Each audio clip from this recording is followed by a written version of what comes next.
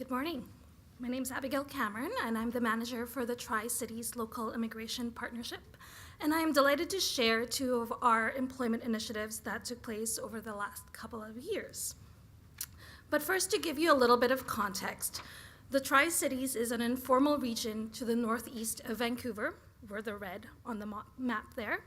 We're quite unique in terms of our scope because we are comprised of 5 communities, 2 villages, Anmore and Balcarra, and the cities of Coquitlam, Port Coquitlam, and Port Moody. We have a population of about 234,000, and 38% of our residents are born outside of Canada. So that's according to the Census 2016. A little bit about our LIP. It's probably not a surprise to many of you. Our 4 strategic priorities include the immigrant labor market integration, access to services and resources for newcomers, social inclusion, and civic engagement. The lead agency of the LIP is with Success, and we have 2 part-time staff, myself and a program assistant. Yes, I do work 3 days a week. In terms of employment services, this was really key in our community. A lot of our immigrants really mentioned how many of them were underemployed. They're still seeing a lot of the barriers around the Canadian work experience barrier. And so we thought, how can we support our newcomers in our community? So what we did was, first of all, we identified who are the service providers in our community that would support newcomers in terms of employment services. So we identified the key providers who are listed there. And what we also found was that there is such a willingness for the service agencies to collaborate, so that's a major plus. We also identified job fairs as one target area for potential collaboration. One of our service providers has a deliverable of providing at least 1 job fair per month. And then other service providers also have maybe a similar deliverable, but maybe not as I would say, needed as 1 per month. But we thought there was an overlap there, and maybe that's something that we could collaborate on. But then our low-hanging fruit was really that 11% of our area's labor market are self-employed, and a significant percentage of those self-employed are immigrants. And so in 2017, we decided to put together a forum called the Journey to Self-Employment.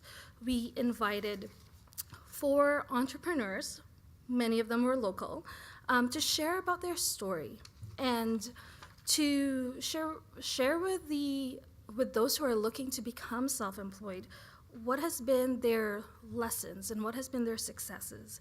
We also invited an accountant, a lawyer, a business lawyer, as well as somebody from our service provider who would support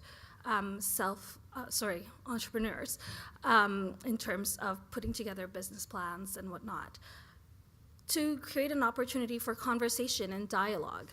And that was really welcomed in the community. In terms of our successes, we engaged the Tri-Cities Chamber of Commerce to be a champion for that event. And I think that was really key to our success. The chamber actually helped us identify the panelists for that forum, as well as the entrepreneurs as well.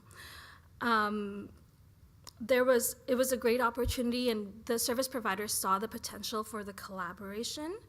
And it was the first time, I think, that the newcomers were able to really connect with the service providers as well at an event where they can connect and discuss and create that dialogue.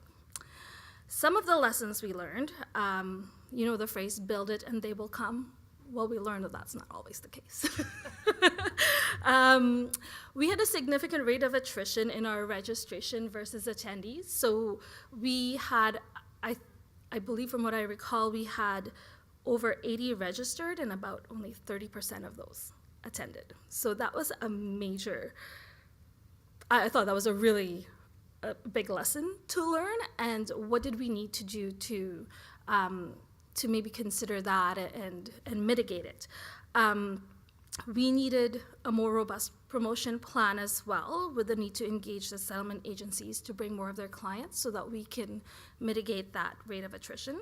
And we did this in November of last year. So many said, we have to consider the time of year and the weather. It rained on that evening, which in Vancouver, it's dark, it's rainy, you probably don't want to come out. So that's one of the things that we had to consider. So the recommendations are similar to what the lessons are, but also one of the things is to create more opportunities for partner accountability and really let the partners, the service provider agencies, have the ownership of bringing people in. As a LIP, we coordinated the event, and so we thought something around more partnership accountability and also leveraging other resources. We had, I believe, Small Business Week was in October, so perhaps leveraging that week and having the event during that week might work a bit better as well.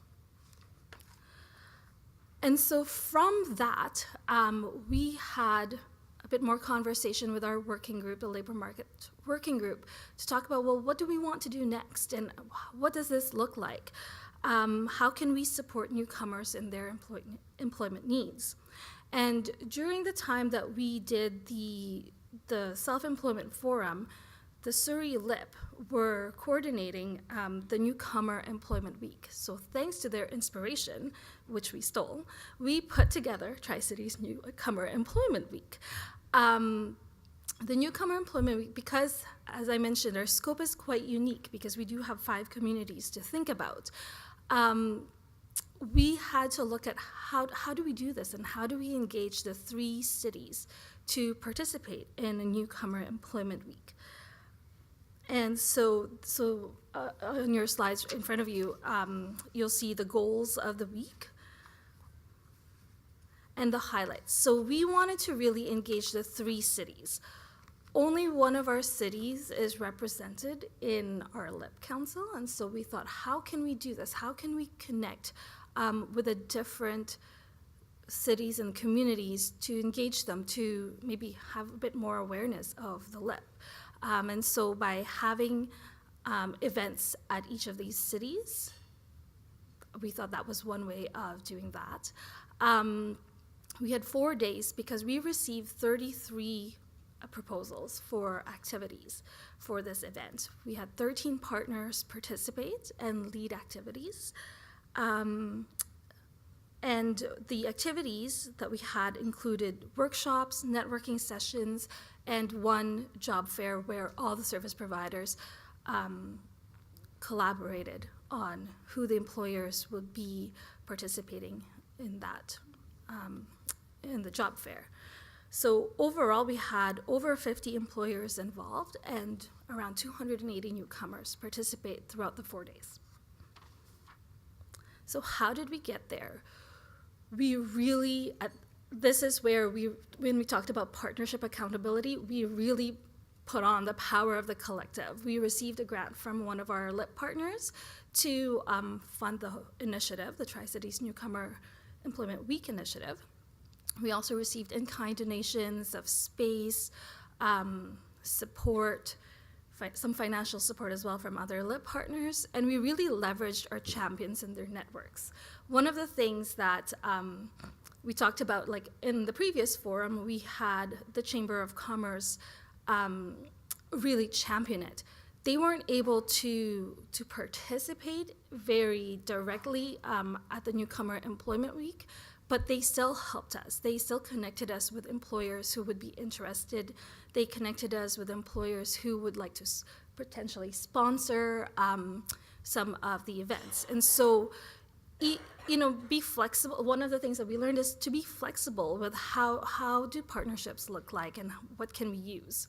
We invited employers, we invited language classes, community organizations to participate in a way that works for them. And we also used a multi-pronged promotional plan where we had social media and we actually leveraged our partners' social media because I'll be honest, our social media, we have like a little less than 200 followers now.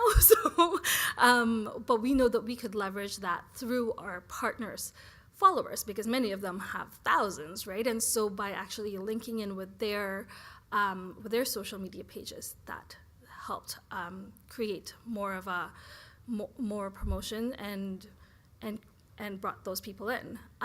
Media advisory, press release, we used mainstream local media as well as the ethnic community media to promote more around our communities. We used posters. We went around to different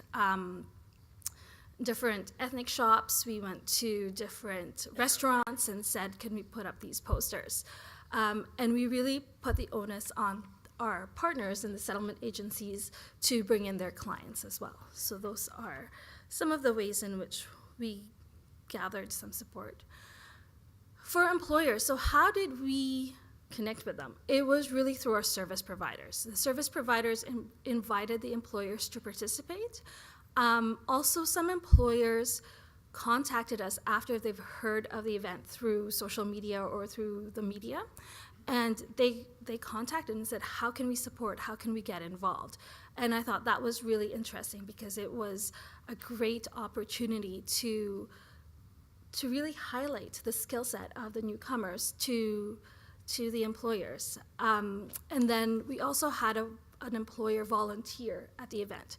She contacted me, I think, maybe 2 days before the week was to start, and she said, I know it's a little late, but how can I get involved? Can I volunteer? Just to meet people and to see what it's like and to hear what the issues are. And it was fantastic because now she's also planning the next Newcomer Employment Week, which is a fantastic success story. So lessons from that is there is still a rate of attrition. Keep that in mind and work around it. I think we had over 300 registrations, and you notice there's 280 participants. Clearly define the roles and responsibilities to create accountability. Also, one of the things that we've learned is that 4 days is a lot, not just for the attendees, for our LIP staff and our service providers. So consider our current resources and really identify your champions and keep those communications line open throughout the planning, throughout every stage. And so the intended impact. We were able to have connections. We really wanted newcomers to be able to connect with service providers, with one another, and with employers. We raised awareness of all the different opportunities that are available in the community for support in terms of employment needs and the confidence. Our attendees mentioned over 85% of our survey respondents said that they felt more confident in the Canadian labor market. And they appreciated the opportunity to connect with the employers directly. And so I leave you with that. And we do have our social media pages, so you can always follow us for all the fun things that we will be doing over the next little while. Thank you. Thank you, Abigail.